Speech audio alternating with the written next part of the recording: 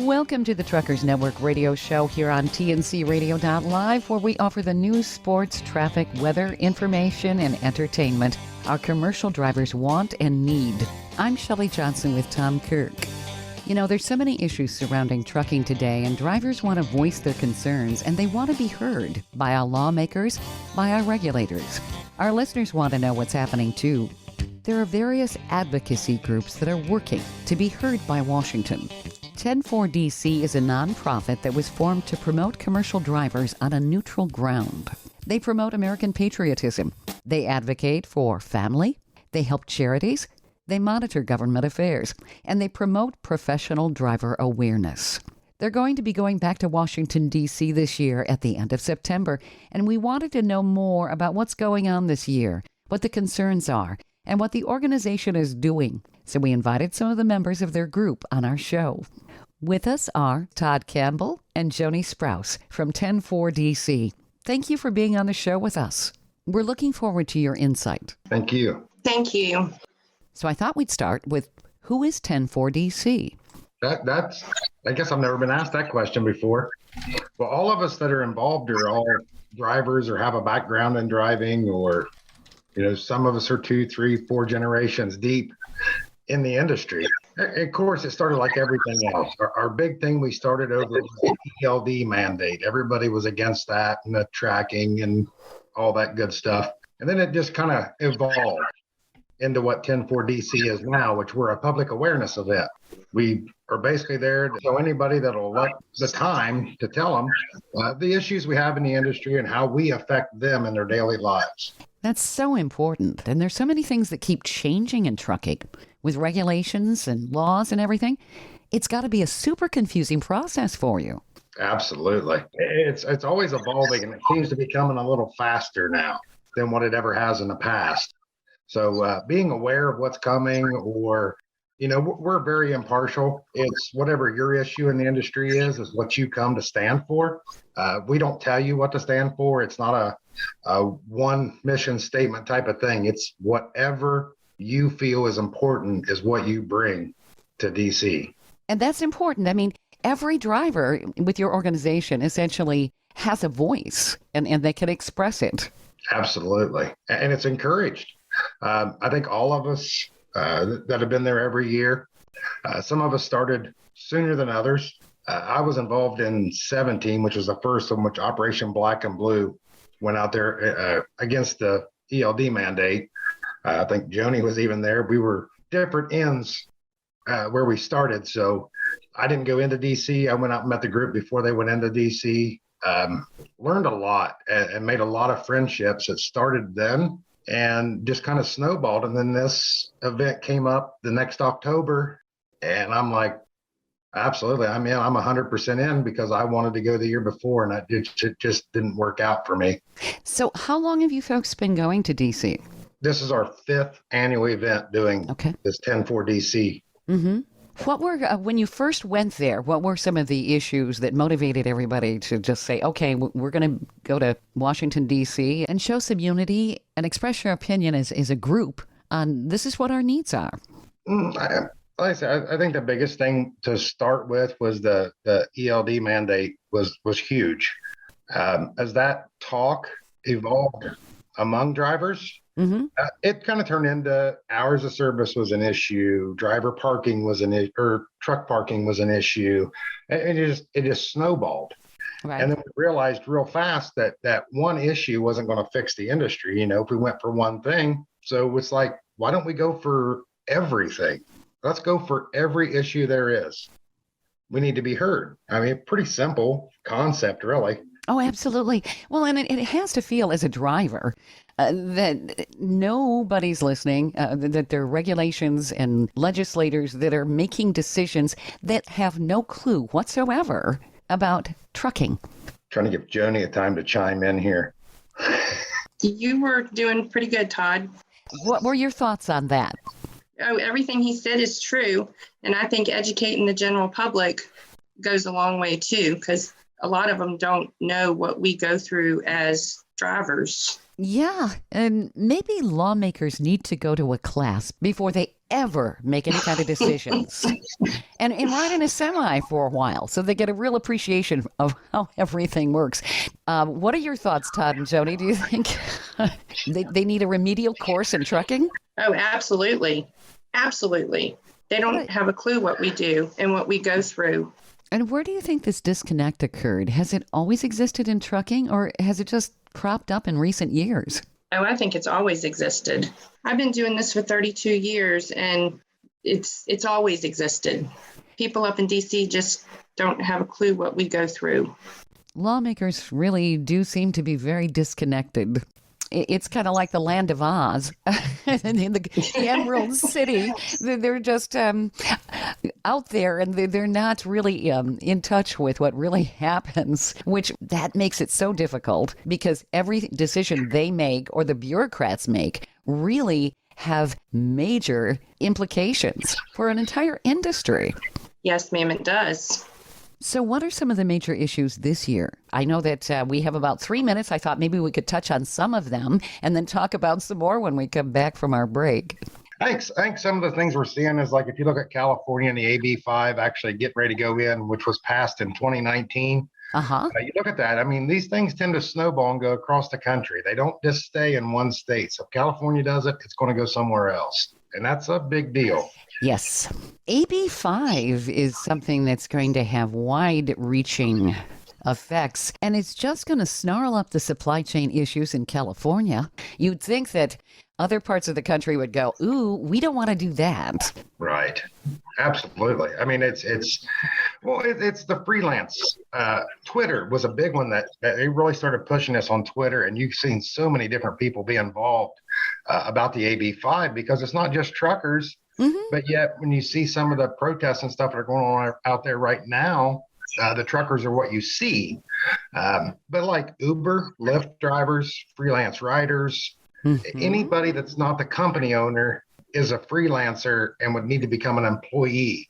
Many people work part-time or whatever. They're not an employee. They're really not. And if you are a freelancer where you can write off your business expenses and that sort of thing, all of a sudden you lose those deductions. So you still owe on, say, your equipment, but then you owe more money for taxes. Right. This hurts our economy all the way around. Mm-hmm. Mr. Kyrk, you're with us right now. I know on your show you talked about AB5. Was it last week? Yes, it was. So what were some of the comment that you heard in terms of AB5? I don't imagine anybody likes it. A lot of people don't understand it because in some of the trucking groups that are out there, as yesterday I saw people going from a fairly recognized trucking publication goes, "Is this real?"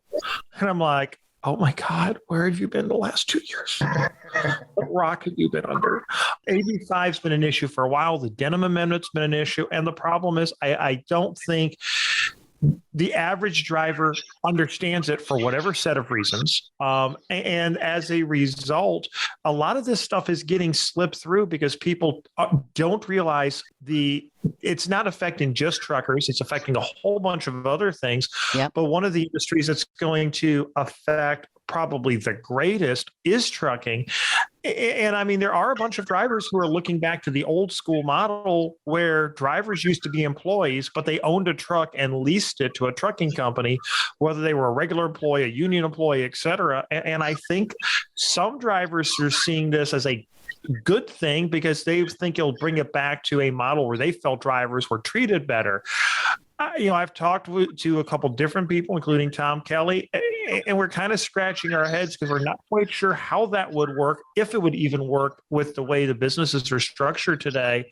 And I think the biggest thing is a lot of drivers don't like it once they understand it. The problem is the vast majority of drivers I've talked to have no clue what it is. I mean, I hate to say it this way. They almost think it's like it's a new anti-lock braking system, AB5. Oh, gosh.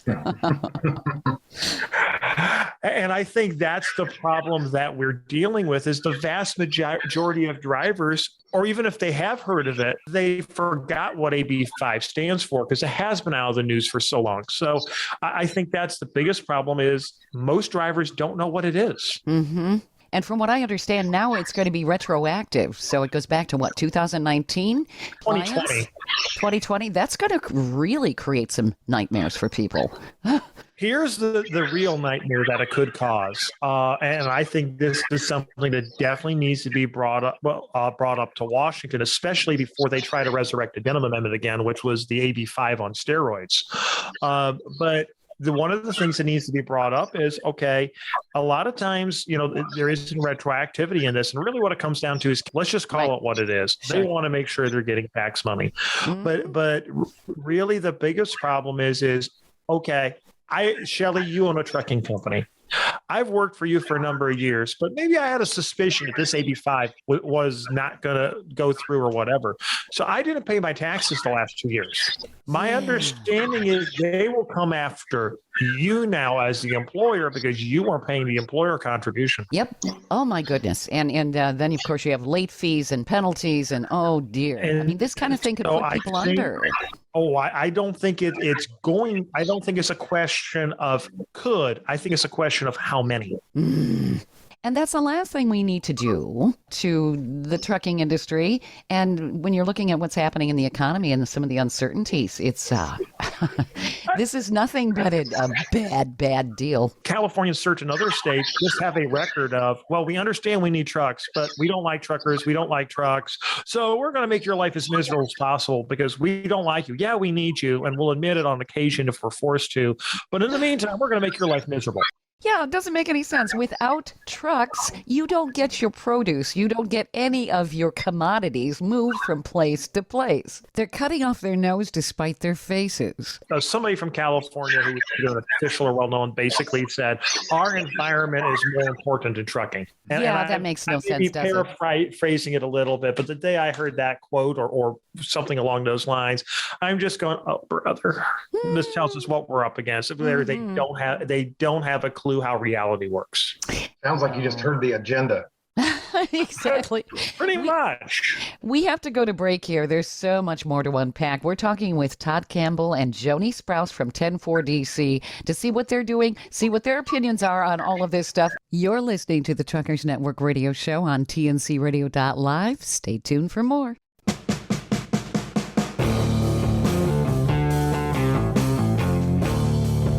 TNCRadio.live is proud to carry the Steve Summers Overnight Drive Show. TNCRadio.live is dedicated to commercial drivers. We offer the news, traffic, and weather you need, and the entertainment, sports, talk, music, and celebrity interviews you want to hear 24/7. We have original shows and trucker podcasts that feature some of your favorites, like Ice Road Alex Debogorski and America's Truckin' Sweetheart Marcia Campbell.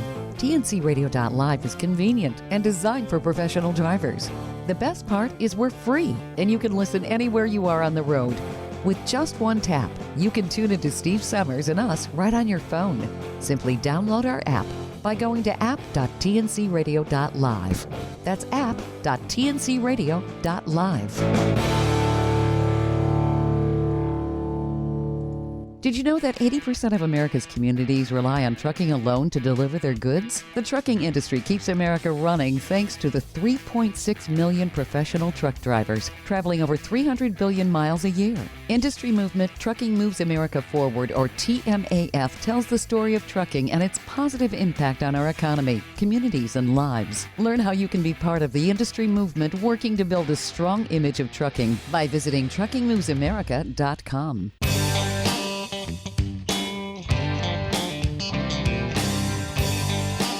Welcome back to the Truckers Network radio show on TNCRadio.live. I'm Shelley Johnson here with Tom Kyrk, and we're talking with Todd Campbell and Joannie Sprouse from TenFour D.C.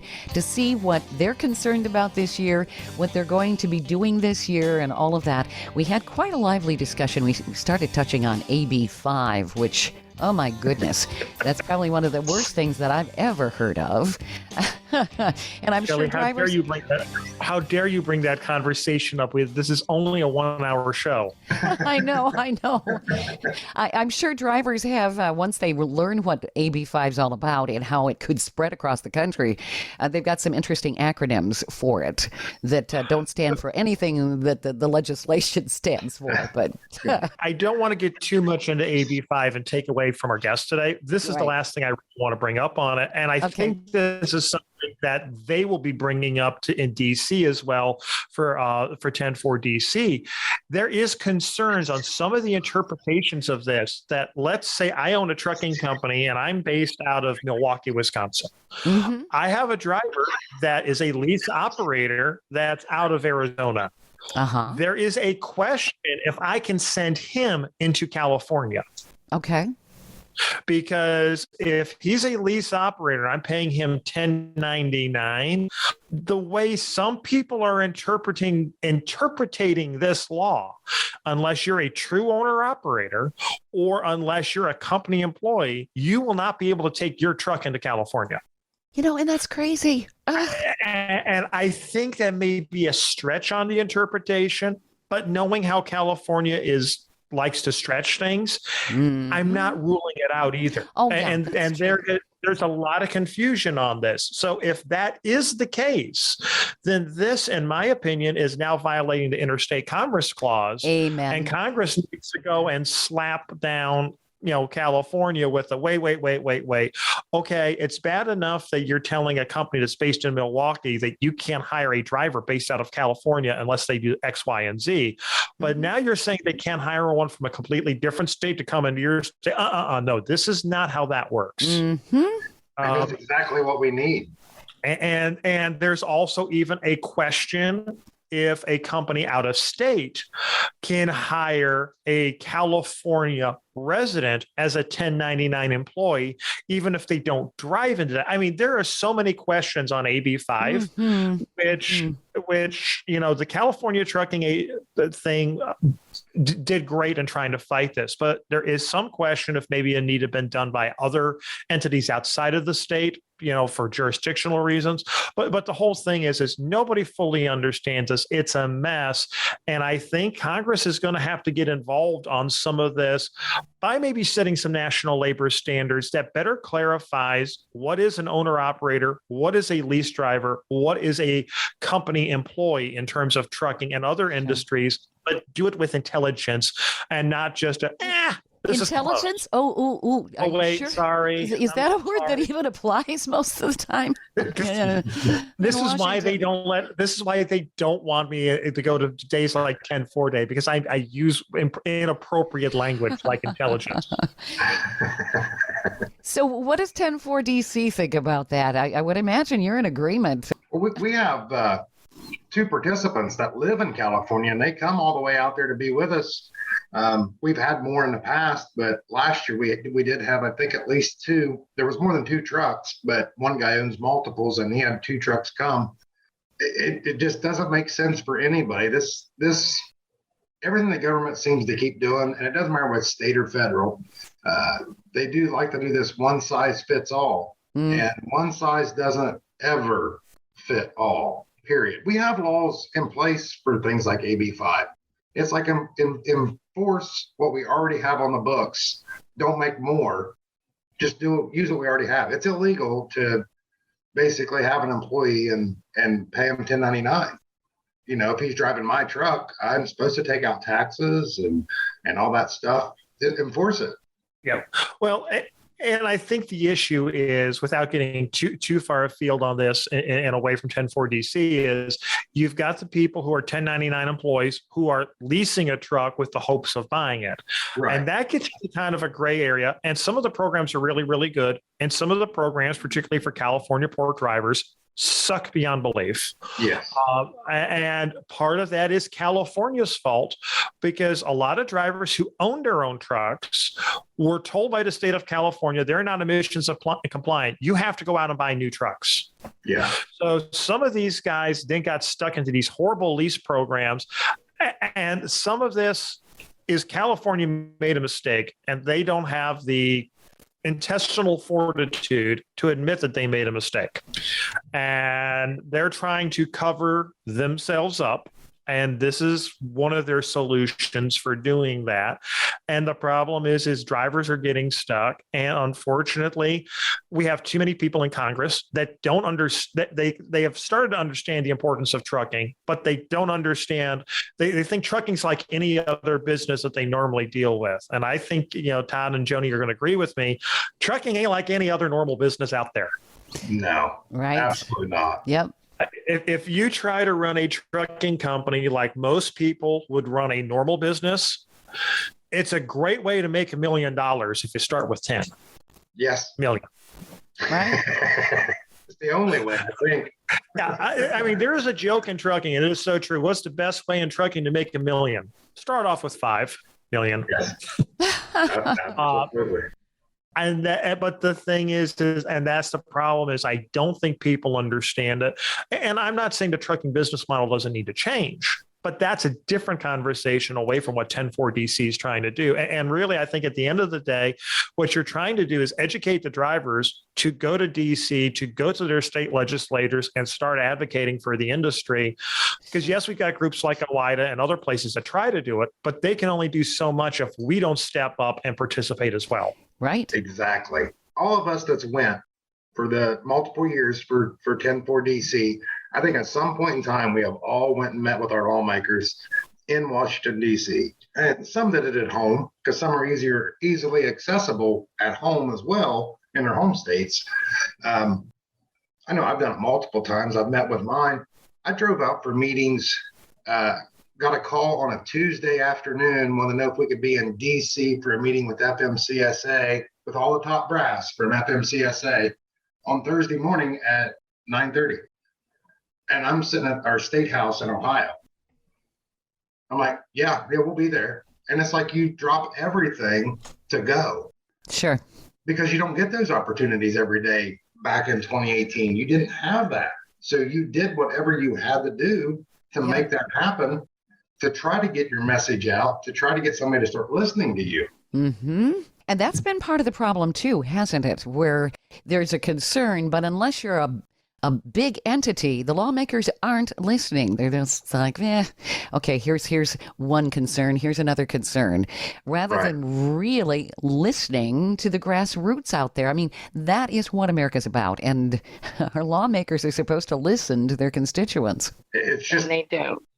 Yeah, well, I mean, we don't have enough voices. I try to get people here. I did a meeting with my congressman in D.C., Brad Winstrup. I made an appointment. I put posts all over social media. I asked everybody to call that day, and I got like 40 people that live close to me to call Brad Winstrup's office the day I had my meeting. And the first thing they said was, you know how many people have called because you're in this meeting today with Mr. Winstrup? I'm like, no. They're like, it's right at 40. 40 people from your area called just because you're doing this meeting today. Right. So they paid attention a little bit. Yeah. Because 40 people reiterated the point that I'm coming to meet with them. So this is other voters that are listening to what I have to say. So that doesn't mean they agree with everything I say, but it's like, I somewhat agree. So yeah, listen to this guy. That's what they're saying by calling the office.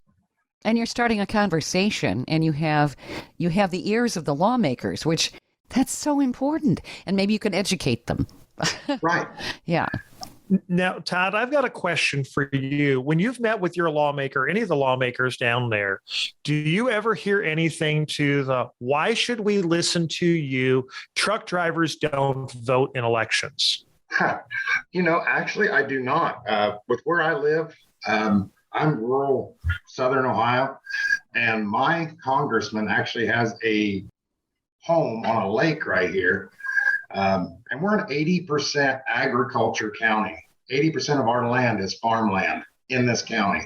Okay. So just the kind of people he's dealing with as voters when he's in our county is agriculture, and trucking goes right hand in hand with agriculture. So he listens, but his big issues are he's a doctor. So of course, child welfare type stuff, getting everybody insurance so nobody is denied services, that kind of thing's his big issues that he supports. So we get little support from him. I've never really heard anything negative out of them, other than the fact is we're not hearing your issues enough times repetitively to make it a big topic, if that makes sense. And it does. And I think it kind of goes hand in glove with what I'm saying that I've heard and I think this goes back to something you and Joannie were just talking about a minute ago, Shelley, is one of the things that I have heard indirectly from certain congressmen is one of the things they look at when they get letters or things there is the voting records. Are you registered to vote? Have you voted in the last election? And if they get a whole bunch of people calling in on an issue in some of these offices and they see you don't vote, your comment, maybe not literally, but kind of goes into the circular file because they're looking at it as, well, okay, it's great that they've called and they're participating, but they're not going to show up on election day. So we don't really have to pay attention to them. Right. They're a squeaky wheel, but they're not the squeaky wheel that votes. Yeah. So even though the other wheel may not be as noisy because it votes and it's carrying more of the weight, shall we say, that's the wheel they're going to pay attention to. So some of this, and I know for drivers, it is a pain in the butt to deal with absentee ballots and get them in the right time frame and everything else. But either do an absentee ballot or do something to vote, because that even gives your comments that little bit more weight. But more importantly, as I've been talking about on my show and for the last year or so on the station, please do those, whether you go to TenFour DC or not, which is important, at the very least, do the public comment periods on these topics at the least. Yep. If you can get to TenFour DC, definitely do that. Absolutely. Well, it's part of the things. It's like, a lawmaker will never know if you voted for them or voted against them. They will only know if you actually voted. Right. And that's because you signed in. So make sure you go vote every time, even if you do absentee and you only have one race on that whole ballot that you know anything about or are passionate about, vote on that one thing. Even if you don't vote on the rest of it, at least it keeps showing you're voting. That's right. And like Ohio, we have 30 days before the election that you can go in to the Board of Elections in any one of our counties, and any of the 88, and you can vote. So you can plan for something like that. Exactly. You have 30 days to get in there, and they do Saturday hours and everything 30 days before the election. Yep. The squeaky wheel gets the grease, and voting is an American right, and definitely we need to exercise it because that's how we get the attention of our lawmakers. We have to go to break here. You're listening to the Truckers Network radio show on TNCRadio.live. We're talking with Todd Campbell and Joannie Sprouse from TenFour DC. There's a lot more to talk about, so definitely stay tuned for more coming up.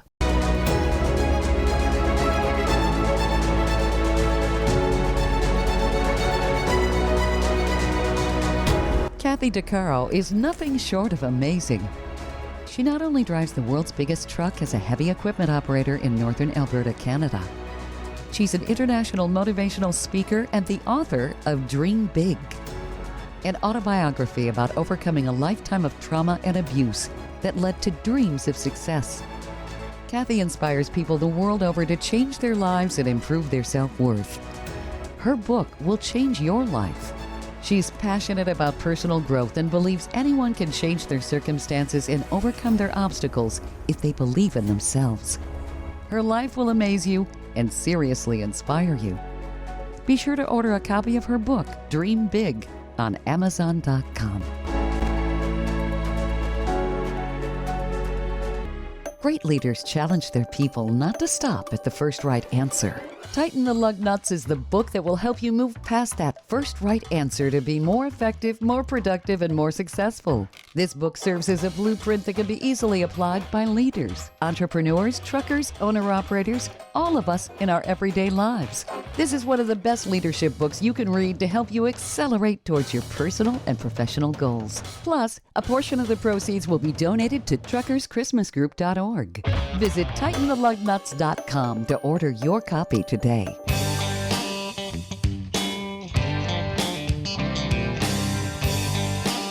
Welcome back to the Truckers Network radio show here on TNCRadio.live. I'm Shelley Johnson with Tom Kyrk, and we're talking with Todd Campbell and Joannie Sprouse from TenFour DC. We really got focused on AB5, which is a serious hot topic this year. What are some of the other concerns that your group has that drivers need to know about? I mean, I guess it's like pick one. There's so many things happening this year. I think that really the huge one we really need to be staying on is the parking issue, safe parking. Yep. I mean, that is the most important with ELDs now being the thing. You're stuck to that clock and you have to stop. So if there's not parking available with states like Joanie's from Virginia, and parking is not good in Virginia, there's not anywhere near enough. I have the same issues here. I just run local here in Ohio, and parking's scarce. Please forgive the laughter in the background when I heard the lack of parking in Virginia. So you're agreeing, Mr. Kyrk. Okay. Virginia has got for every step forward Virginia takes in parking, they take at least one step back, and it's not always in lockstep. I'll use I-81 as an example. They took out down around Roanoke, Troutville, they took out the TA there a number of years ago, and they did finally expand the Petro up in Ruther Glen, Raphine. And that's great. And they added a whole bunch of parking spots there. The problem is it's still full between 7 and 8 o'clock at night. And they've added how many hundreds of spots? Yeah, they like to always resort back to Jason's Law. And Jason's Law is a great thing, but there's $0 tied to Jason's Law. There's no money. Mm-hmm. So how do you get anything out of nothing? And you'd think politicians would know that. Without money, they can't do anything. And they are great at spending money, so... They exactly know it. They know it was a feel good, and it made that poor lady that lived through that tragedy happy that she thought something productive was going to happen, and nothing. Yeah. So they're just placating people rather than actually doing something that's going to make a difference. Exactly. Mm-hmm. So what can drivers do? Obviously, going to Washington with you folks makes a stand on parking. That's one of the issues. How can drivers get the lawmakers to listen so that there's adequate and safe parking for people? We've been told for years, from what he does, he's actually not even working there now, but he was the head enforcement officer from FMCSA, Joe DeLorenzo, which he's came to our event every year and spoke to drivers. So that way, they're dealing with the big cheese of our regulatory body, dealing with Joe, because he's about as high as you can get. And he likes to explain things, whether you like to hear what he has to tell you or not, because you don't agree with it, but he tells you exactly what the truth is. He says the comment periods are the biggest thing to do. They start seeing the activity in the comment periods. Lawmakers will need to start paying attention when those numbers increase, just keep going up. And we've had some really big ones. The speed limiter thing, it was huge, the comments that went in on the speed limiters, which I don't think it's even over yet. Lee Schmidt just had filed for an exemption. He's out of Wisconsin, a friend of mine, asking for no 14-hour clock, no 30-minute break, and no 10-hour rest break. The only thing he's asking for is his 11 hours of driving in a 24-hour period. And there's no reason to deny it because he dotted every I, crossed every T when he put in for his exemption. And he is at an 8-to-1 ratio in favor of him getting the exemption on the comments made to that exemption. He's not asking for any more drive time. Just let him break it up however he wants to all day long, every day. That makes sense. Do you think that could fly? They don't have a leg to stand on to deny it. Okay. I agree with him when he says they don't have a leg to stand on, but personally, I think they're going to find some reason to do it. And I think they're going to probably go a medical route by saying, with some of the studies that they're saying, well, he hasn't had a sleep study yet to prove this. And actually, the one thing he said in there, something about, well, he can only sleep for 5 hours at a time or something to that effect. And I don't have the article in front of me. I almost go, ooh, I wonder if they're going to try to use that against him for a medical grounds. He's hoping they do. He's more than willing to go for a sleep study or anything else, whatever they want him to do. he's good with that. He's like, there's nothing in the law book that can tell me, or that does tell me, how long I have to sleep. So 5 hours, if that's all I sleep, that's all I sleep. It doesn't matter. I still have to take my 10-hour break, but yet I'm not asking for any more than my 11 hours of driving per day. And let me stop through the day and take a nap. I want to stop and take a nap. I want to avoid traffic tie-ups. I want to avoid inclement weather. I want to avoid those things, which is where we've seen some of these accidents where they have risen. That's where it's been. I mean, it's in traffic, it's in bad weather. That's where the accidents come from. It's not rocket science, it's common sense. Right, right. So that there needs to be more flexibility. Absolutely. Yeah. Mm-hmm. And Shelley, that's one word though I have a little problem with, and even when people go in front of Congress or talk to Congress, I have a little problems with the word flexibility, and here's why.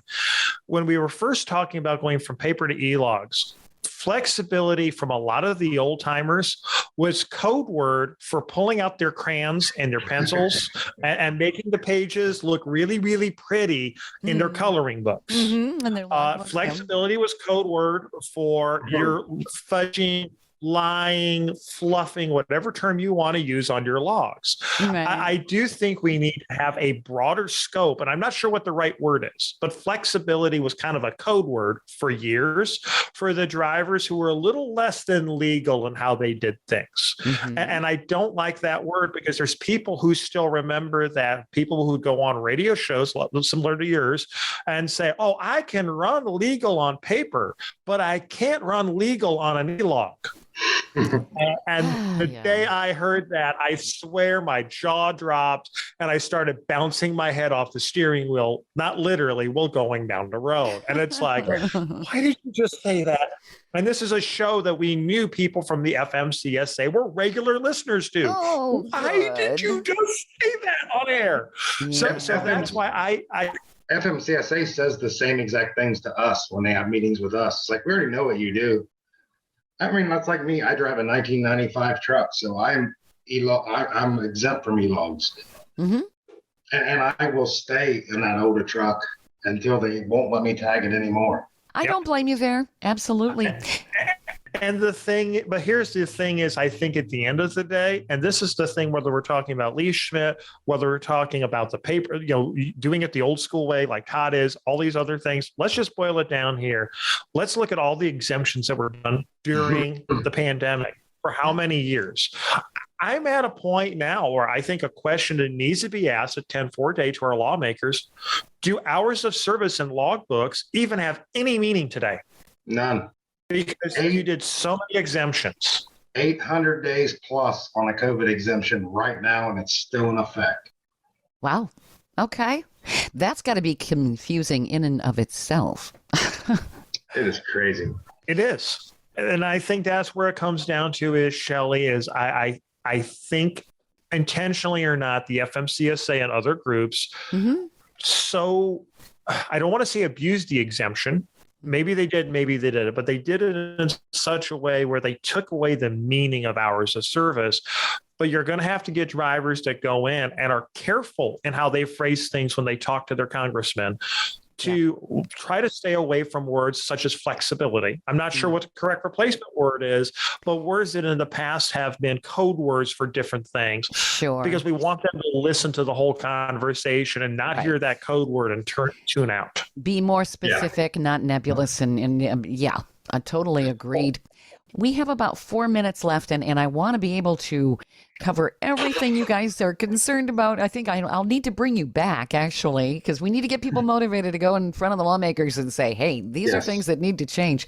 What are some more concerns, and how do people get involved with TenFour? We have a website. It's TenFourDC.org, TenFourdC.org. Our registration's there. There's a bunch of information there of things we've done in the past, basically how our event goes along.